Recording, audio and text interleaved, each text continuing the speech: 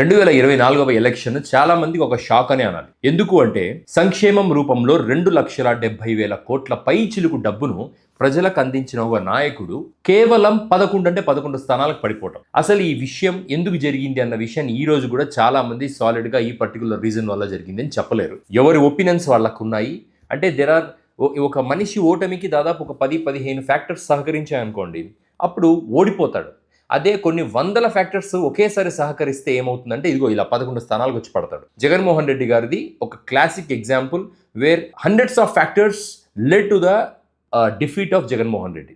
One of the specific పాత్ర వచ్చేసి YS Sharmila. మన సమాజంలో మన కుటుంబ వ్యవస్థలు ఎలా నిర్మించబడి ఉన్నాయంటే, తల్లి మాట జవదాటకూడదు, తల్లిని ప్రేమించాలి, చెల్లి అంటే ఇంకా ఇలా అది రక్త సంబంధం అనే సినిమా మనకు తెలుగులో ఎన్టీ రామారావు గారు తీశారు కదా.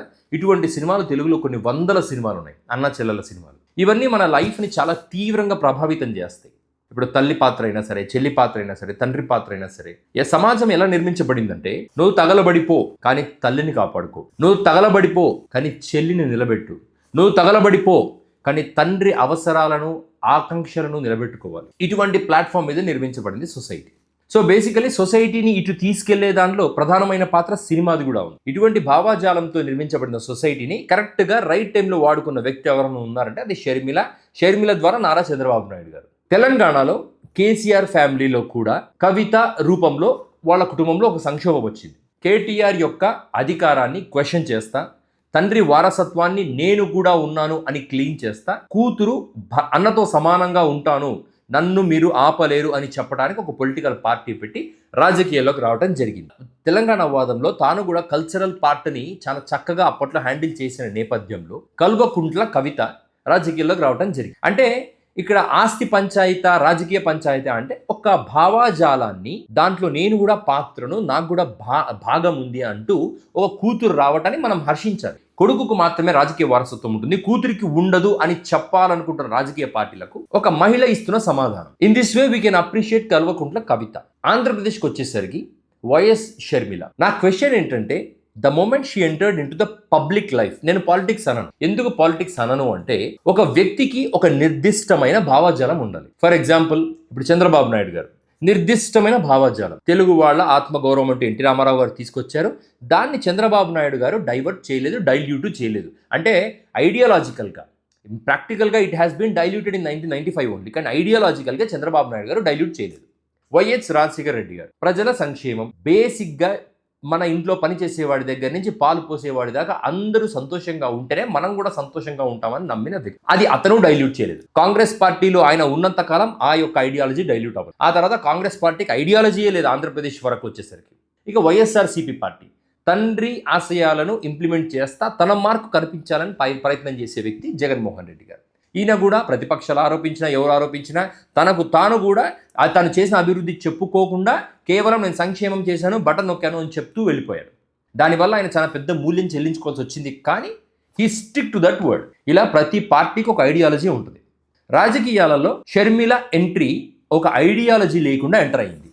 అసలు ఆవిడ రావడమే తెలంగాణ రాష్ట్రంలో పార్టీ పెడతా, తెలంగాణ ఇంటి ఆడబిడ్డను, తెలంగాణ ఇంటి కోడల్ని అంటూ జనాలను మభ్యపెట్టే ఆలోచనతో ఒక పార్టీ పెట్టి సుదీర్ఘమైన పాదయాత్ర చేసి రేవంత్ రెడ్డిని, కాంగ్రెస్ వైపు ఉన్న రేవంత్ రెడ్డిని బూతులు తిడతా తను తన రాజకీయ ప్రస్థానాన్ని నడిపించుకుంది. సరే, ఒక ఐడియాలజీ లేని షర్మిల ఒక ఐడియాలజీని డెవలప్ చేసుకుంది. పోనీ ఆ ఐడియాలజీకి స్టిక్ ఆన్ అయిందా అంటే, కేవలం ఓట్ల కోసమే ఒక ఐడియాలజీని సృష్టించుకొని జనంలోకి రావడం జరిగింది అన్న విషయాన్ని కాంగ్రెస్లో ఆవిడ పార్టీ ఎత్తేసిన విధానం చెప్తుంది. ఒక ఇంట్లో ఒక క్లాష్ స్టార్ట్ అయిన తర్వాత, నిన్ను కొట్టాలి అంటే నీ స్నేహితుల్ని కొడతాను చూడు అని ఒక ఛాలెంజ్ చేసి తెలంగాణ వాదాన్ని తలకెత్తుకొని జనంలోకి వచ్చి, నేను తెలంగాణ కోడల్ని, నన్ను ఆదరించండి అంటే ఆవిడ ఏమనుకుందంటే, వాళ్ళ నాన్నలాగా చెయ్యూపితేనో, వాళ్ళ నాన్నలాగా నడిస్తేనో జనాలు ఆదరించి తెలంగాణను తీసుకుపోయి ఆమె చేతిలో పెడతారని ఊహించింది. ఆ రోజుల్లో రాజశేఖర రెడ్డి గారిని కూడా తెలంగాణలో యాక్సెప్ట్ చెయ్యకపోయినా బుజ్జగించి అభివృద్ధి ఫలాలనిచ్చి, సంక్షేమ ఫలాలనిచ్చి తెలంగాణ నాయకుల్ని కంట్రోల్లో పెట్టగలిగిన నాయకుడు రాజశేఖర రెడ్డి. చేతులూపినందుకో నడిచినందుకో రాజశేఖర రెడ్డికి జనాలు బ్రహ్మరథం పట్టలేదు. ఎందుకంటే వీళ్ళు నాయకులు కష్టపడి మట్టిలో నుంచి వచ్చారండి.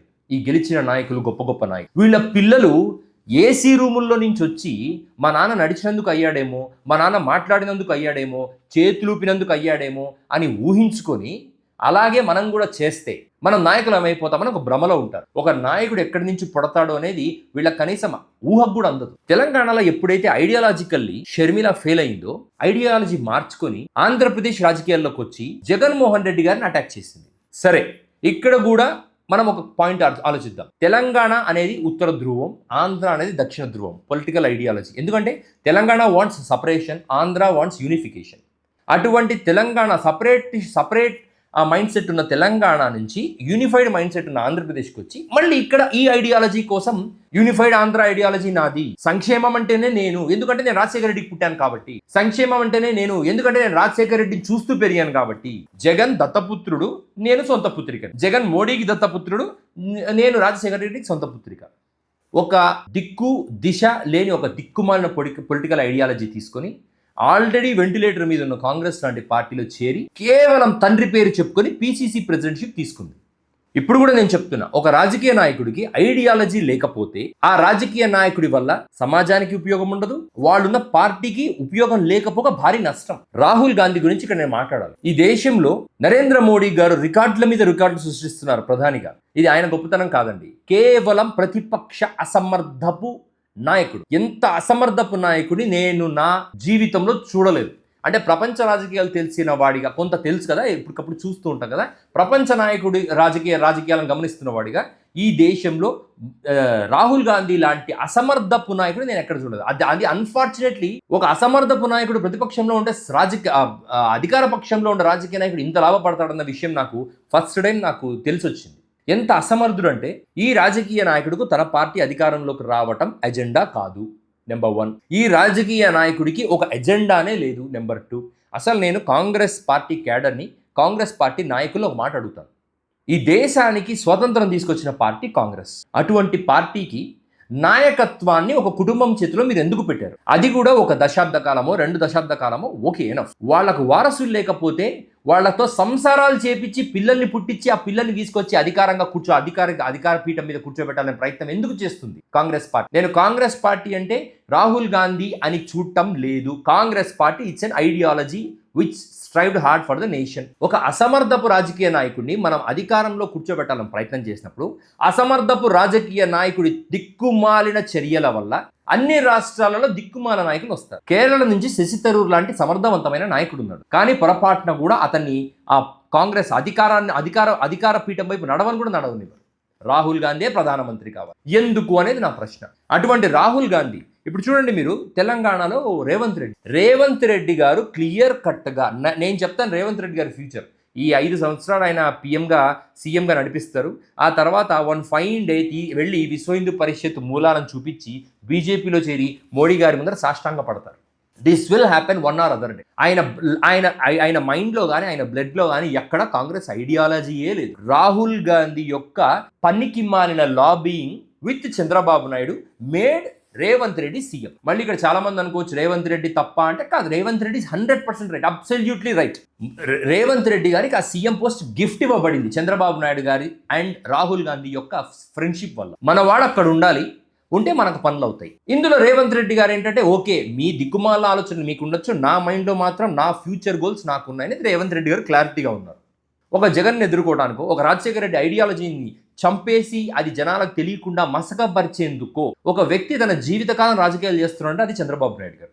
అటువంటి చంద్రబాబు నాయుడు గారికి జీవితకాలం ఊడిగం చేస్తా తన పాత్ర ఏంటో తన స్థాయి ఏంటో మర్చిపోయి ముస్లిం వ్యక్తి అయిపోయి కట్టబెట్టుకొని నడుస్తున్నా కూడా తన పార్టీ గురించి ఏమాత్రం ఫోకస్ లేకుండా వరస్ట్ పాలిటిక్స్ చేస్తున్నవాడు రాహుల్ గాంధీ.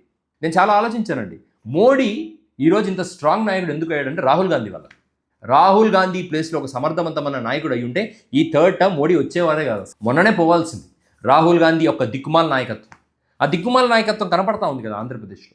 ఇప్పుడు ఆంధ్రప్రదేశ్లో ప్రజానీకానికి కాంగ్రెస్ ఏమి ఇవ్వాలి? ఒక డెస్టినేషన్ ఫర్ ద క్రైసిస్. నాకు కష్టం వచ్చింది, నా ఊర్లో అవినీతి ఉంది, నా ఊర్లో రోడ్లు వేస్తామని చెప్పి 2-3 సంవత్సరాలుగా కాంట్రాక్ట్లో రోడ్లు వేయట్లేదు, నా ఊర్లో ఎంఆర్ఓ ఆఫీస్లో పనులు అవ్వట్లేదు, నా ఊర్లో ఆర్టీఓ ఆఫీస్లో లంచగొండ్లు ఉన్నారు, వీళ్ళ గురించి నేను కంప్లైంట్ ఇవ్వాలి. ఎవరికి పోయి ఇవ్వాలి? ఏదర్ టీడీపీకి ఇవ్వాలి లేదా వైఎస్ఆర్సీపీకి ఇవ్వాలి. వీళ్ళిద్దరు they are busy in fighting each other. ఎవరితో మాట్లాడాలి? కాంగ్రెస్ అని ఒక పార్టీ ఉంది, 140 సంవత్సరాల పైచిలుకు పార్టీ. వాళ్ళ దగ్గరికి వెళ్ళి మాట్లాడదామంటే పోతాను నేను వెళ్ళి షర్మిల దగ్గరికి, అమ్మ మా ఊరు ఎమ్మెల్యే సరిగ్గా చేయట్లేదు. కూర్చో ముందు మా అన్న నాది ఒక ఆస్తి పంచాయతీ ఉంది, అది తెంచుకుందాం, నువ్వు కూడా వాయిస్ కలుపు, ఆస్తి పంచాయతీ తెంచుకుందాం, నా అన్న నుంచి నాకు ఆస్తి వచ్చిన వెంటనే నేను ప్రజల కోసం పోరాడతాను. ఒక నేషనల్ పార్టీ పిసిసి ప్రెసిడెంట్ మాట్లాడే మాట ఇది. ఆవిడ గోల్ ఒకటే, నా అన్న నుంచి ఆస్తి ఇప్పించండి.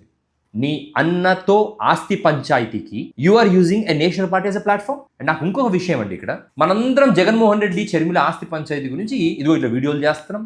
ఒకడు బయట, నేను నిన్న కాఫీ తాగడానికి వెళ్తే చాలా సీరియస్గా డిస్కషన్ జరుగుతుంది. నేను ఒకటే అనుకున్నాను, ఒక 1000 కోట్ల ఆస్తి పరుడి దగ్గర ఆస్తి కోసం 1000 కోట్ల ఆస్తి ఉన్న షర్మిల పోరాడుతుంటే 1000 కోట్ల రండి, ఒక కోటికి ఎన్ని సున్నాలు ఉంటాయంటే ఇప్పుడు ఈ వీడియో చూస్తున్న వాళ్ళు సగం మంది టక్కుమని చెప్పలేరు. అలాంటివి 1000 కోట్ల ఆస్తి పరులు వాళ్ళందరూ, మన ఊహకు కూడా అందదు. వాళ్ళ రాజకీయ నాయకులు, వాళ్ళ అంతకు మించి ఎంటర్‌ప్రెన్యూర్స్, వాళ్ళ లెవెల్స్ వేరు. చంద్రబాబు నాయుడు గారి ఆస్తి కానీ, జగన్ ఆస్తి కానీ మనం ఊహించను కూడా ఊహించలేము. వాళ్ళ ఒక రోజు ఖర్చు నాలాంటి వాడికి ఒక 10 సంవత్సరాల ఖర్చు అనుకోండి, అలా ఉంటుంది వాళ్ళ లైఫ్. అటువంటి నాయకుల ఆస్తుల గురించి రోజుకు నెలకు 20,000 జీతం తీసుకునేవాడు, నెలకు 10,000 జీతం తీసుకునేవాడు, 5 రూపాయలు పెట్టి 5 రూపాయలు కాఫీ రేటు పెంచితే ఎందుకు పెంచుతున్నారని మాట్లాడుతూ 5 రూపాయల ధర పెరిగిన కాఫీని తాగుతా 1000 కోట్ల ఆస్తులున్న జగను 1000 కోట్ల ఆస్తులున్న షర్మిలను అన్యాయం చేశాడా అని డిస్కషన్. ఏం చెప్పాలి? నీవేమో 10 రూపాయల కాఫీ ఇంకొక 5 రూపాయలు పెంచితే డిప్రెషన్లోకి వెళ్తున్నావు, నీవు మాట్లాడేది మాత్రం 1000 కోట్ల ఆస్తి పరుల గురించి. ఎంత దారుణమైన విషయం అండి. ఇటువంటి లూపులో పెట్టే రాజకీయ నాయకులు మనం దేంతో కొట్టాలో చెప్పండి. మనల్ని సంపాదించుకొనివ్వరు, మనల్ని ఆలోచించుకొనివ్వరు, ప్రోగ్రెసివ్ మైండ్ సెట్ డెవలప్ అవ్వనివ్వరు. వీళ్ళు మాత్రం మీడియాకెక్కి ఈమె మాట్లాడే మాటలు పొలిటికల్ లీడర్స్ని, మీకేమైనా సిగ్గు శరముందా? కుక్కలని మాట్లాడతారా మీరు? కుక్కలు నక్కలు తోడేళ్ళు అంటూ జనాల మధ్యన డిస్కషన్ పెడతారా మీరు? మీ అవసరాల కోసం, మీ డబ్బు అవసరాల కోసం, మీ డబ్బు రాజకీయ అవసరాల కోసం కడుపుకు అన్నమే కదా తింటారు మీరు రోజు. ప్రజల పట్ల రెస్పాన్సిబిలిటీ ఉండాల్సిన అవసరం లేదు. ఆల్రెడీ ఆంధ్రప్రదేశ్లో 2 సంవత్సరాల నుంచి డ్రగ్స్, లడ్డు, లిక్కర్ ఈ 3 మాట్లాడుతున్నాం 2 సంవత్సరాల నుంచి. ఇప్పుడు ఎవడో ఒకడు వచ్చి ప్రవచనాల పేరుతో పేదలకు అందే బేసిక్ నెసెసిటీస్ని, అమ్యూనిటీస్ని కూడా లాక్కోవాలని ప్రభుత్వం వారి ద్వారా మాట్లాడిస్తుందని బయట మాట్లాడుతున్నా కనీసం ఒక స్పందన లేదు. మళ్ళీ అతను చెప్తాడు నేను ప్రవచనాలు మాట్లాడను. నిన్నెవడు మాట్లాడమన్నాడు? ప్రవచనం మాట్లాడు, పనికి మాల వచనాలు అవసరం లేదమ్మా. సో ఇటువంటి వాళ్ళు సమాజంలో ప్రభుత్వం స్పాన్సర్డో అధికార పార్టీల స్పాన్సర్డ్తోనో రాష్ట్రం మీద గ్రద్దల్లా పడి ఒక క్లియర్ క్లాస్ డిబేట్ తీసుకురావడానికి ప్రయత్నం చేస్తూ ఉంటే వాటి గురించి మాట్లాడకుండా మా అన్నతో నాకు డబ్బులు ఇప్పియండి, మా అన్నతో నాకు డబ్బులు అవసరం లేదు, కానీ మా అన్న మోడీకి దత్తపుత్రుడు, నేను రాజశేఖర్ రెడ్డికి సొంత పుత్రికను. ఇవి బడలో మాటలు, ఇవన్నీ అనవసరమైన మాటలు. ఇవన్నీ focus on politics, otherwise you quit the politics and stand on the road and shout whatever you want to shout. మనకు పొలిటికల్ పార్టీస్ యొక్క గోల్ ఏంటంటే మన క్రైసిస్ ని హ్యాండిల్ చేయడం, అడ్రస్ చేయడం. If they are not in the state where they are not addressing our crisis or our problem, clearly throw the political parties to the garbage and start thinking on our own. రాజకీయ నాయకులు మన పని కోసం మనం అక్కడ కూర్చోబెట్టుకున్నాం.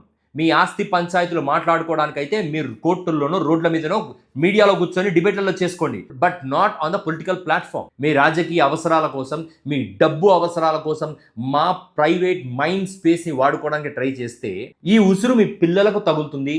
వాళ్ళు ఇటువంటి బాధలు అనుభవించి వాళ్ళు కూడా మాలాగే కష్టాలు పడతారు.